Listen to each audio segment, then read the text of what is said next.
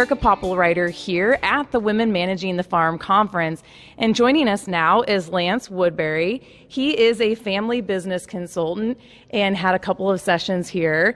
So tell us a little bit about what you're discussing with these women today.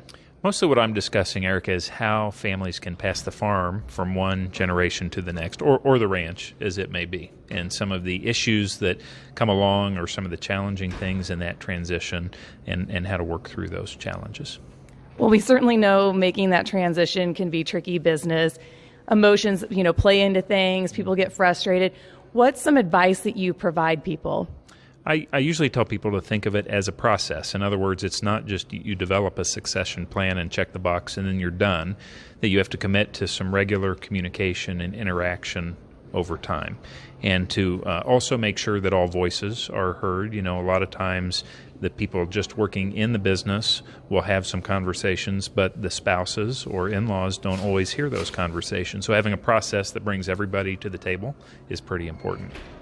So if you had to share one tidbit of advice that you feel can just sort of be a constant reminder in that process of transitioning the farm, what would that piece of advice be? Well, I'm going to share two. One is to start early. So it takes a while to unwind and let go of a farm or ranch and hand it off to the next generation. So start early so that process continues to happen. And the other thing is just communicate a lot. Communication is like the oil in the engine, so to speak, and you don't notice it sometimes until it's not there and the engine freezes up. It works that way in a family too. So making sure they just communicate often is really important.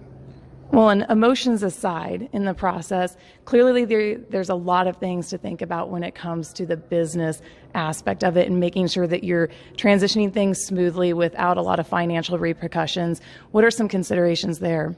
The way I often encourage people to think about it is to wear an ownership hat, which you think about things like tax and implications with your lender and things like that. And then you can also wear a management hat and think about all the issues as an employee or manager that you need to be thinking about, the transition of knowledge, so to speak, or agronomic or animal husbandry knowledge.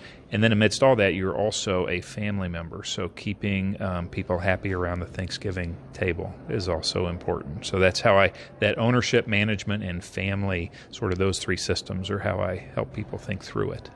Excellent advice. Thanks again, Lance Woodbury, for joining us. We do appreciate your input and, making those transitions, again, not easy, but if they want to find you and get more information and get some assistance, where do they go? They can go to the KCO website. KCO ISOM is a firm that I work with to provide these services, and that would be at www.kcoe.com. Great. Thank you, Lance. Stay tuned. We will be back with more.